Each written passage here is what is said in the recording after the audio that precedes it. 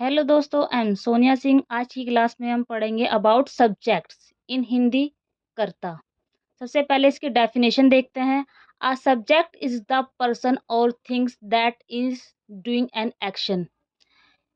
Subject वह होते हैं जिसमें कोई भी व्यक्ति या कोई भी वस्तु किसी भी कार्य को करने की अवस्था में होती है। चलिए दोस्तों, क्लास को आगे बढ़ाते हैं और वन बाय वन हम एक एक सब्जेक्ट के बारे में जानते हैं। सबसे पहला सब्जेक्ट है हमारा आई। आई को हिंदी में कहते हैं मैं। नेक्स्ट सब्जेक्ट है हमारा यू। यू को हिंदी में बोलते हैं आप और तुम। नेक्स्ट सब्जेक्ट है हमारा वी। वी को हिंदी में कहते हैं हम। नेक्स्ट सब्जेक्ट है हमारा दे। दे को हिंदी में कहते हैं वह। नेक्स्ट सब्जेक्ट है हमारा ही को हिंदी में कहते हैं वह, और वह यूज होता है लड़के के लिए। नेक्स्ट सब्जेक्ट है हमारा शी को हिंदी में कहते हैं वह, और ये यूज होता है एक लड़की के लिए। नेक्स्ट सब्जेक्ट है हमारा इट को हिंदी में कहते हैं यह, और ये यूज होता है नॉन लिविंग निर्जीव वस्तुओं के लिए एंड एनिमल जानवरों के लिए। क्लास को आगे बढ़ाते हैं और जानते हैं कि हमारे सब्जेक्ट्स में से कौन से सब्जेक्ट सिंगुलर फॉर्म में होते हैं और कौन से प्लूरल फॉर्म में। सबसे पहले हम पढ़ेंगे सिंगुलर सब्जेक्ट के बारे में। सिंगुलर का मतलब होता है एक वचन, जहाँ पे सब्जेक्ट कोई एक व्यक्ति हो। सबसे पहला सब्जेक्ट है आई। आई का हिंदी मीनिंग होता है मैं। एक एग्जांपल देखते हैं दोस्तों। मैं खाना खा रहा हूँ, तो यहाँ पे जो मैं है वो एक व्यक्ति है, इसका मतलब मैं एक सिंगुलर सब्जेक्ट है। नेक्स्ट है यू। यू का हिंदी मीनिंग होता है आप और तुम। एक एग्जांपल देखते हैं दोस्तों। आप क्या कर रहे हो, यहाँ पे आप में एक व्यक्ति का यूज किया जा रहा है, तो इट मीन्स यू एक सिंगुलर सब्जेक्ट है। नेक्स्ट सब्जेक्ट है हमारा ही। ये भी एक सिंगुलर सब्जेक्ट है। शी को हिंदी में कहते हैं वह, ये भी एक सिंगुलर सब्जेक्ट है।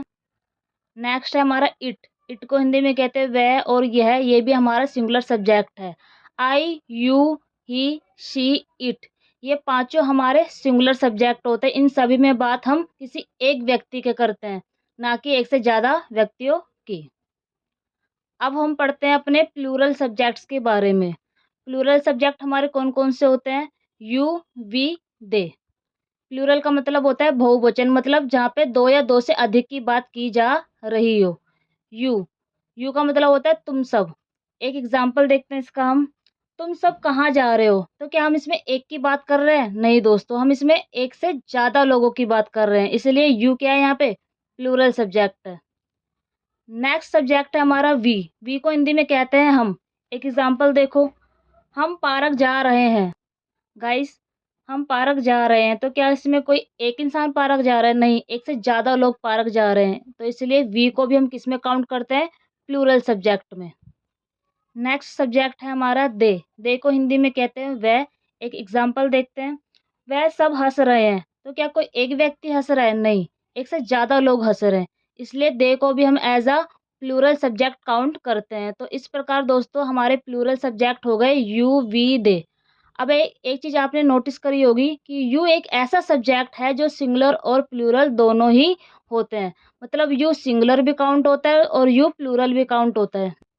अगर यू का यूज़ हम एक व्यक्ति के लिए कर रहे हैं, तो वो सिंगुलर सब्जेक्ट बन जाएगा, और अगर यू का यूज़ हम एक से ज़्यादा व्यक्तियों के लिए कर रहे हैं, तो वो प्लूरल सब्जेक्ट के रूप में यूज़ होगा। अब हम जानते हैं टाइप ऑफ पर्सन। सबसे पहले हम पढ़ेंगे फर्स्ट पर्सन। फर्स्ट पर्सन हमारे कौन कौन से होते हैं? आई और वी। अगर मैं आई की बात करूँ, तो आई हमारा फर्स्ट पर्सन है, लेकिन सिंगुलर फर्स्ट पर्सन है। और अगर वी की बात करूँ, तो वी भी हमारा फर्स्ट पर्सन है, लेकिन ये प्लूरल फर्स्ट पर्सन है। सेकंड पर्सन देखते हैं दोस्तों। सेकंड पर्सन होता है हमारा यू। यू सिंगुलर और प्लूरल दोनों ही तरीके से काउंट होता है, मैंने आपको बताया था अभी। अगर सिंगुलर फॉर्म में काउंट हो रहा है, तो उसके लिए हम क्या बोलेंगे? तुम। और अगर प्लूरल फॉर्म में काउंट हो रहा है, तो उसके लिए क्या यूज़ करेंगे? तुम सब। और ये हमारा होता है सेकंड पर्सन।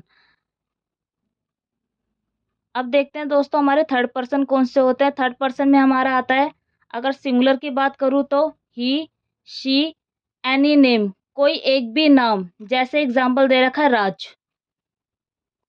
और यदि थर्ड पर्सन में प्लूरल की बात करूँ, तो वो हमारे होते हैं दे। दे को हिंदी में कहते हैं वह। एंड टू और मोर नेम, एक से ज़्यादा नाम, जैसे राधा, राज एंड राधा। एक डायग्राम की मदद से समझते हैं कि फर्स्ट पर्सन, सेकंड पर्सन और थर्ड पर्सन कैसे वर्क करते हैं। जैसे फर्स्ट पर्सन है यहाँ पर राम, और सेकंड पर्सन है श्याम, और थर्ड पर्सन है राधा। राम अगर कोई बात श्याम से बोलता है तो बोलने वाला स्पीकर कहलाता है और सुनने वाला लिसनर। जो बोल रहा है वो फर्स्ट पर्सन होता है और जो सुन रहा होता है वो सेकंड पर्सन होता है।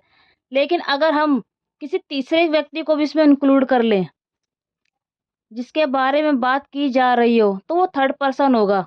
फर्स्ट पर्सन हो गया बोलने वाला, सेकंड पर्सन हो गया सुनने वाला। लेकिन अगर हम बात किसी तीसरे की करें तो वो हमारा थर्ड पर्सन हो जाता है।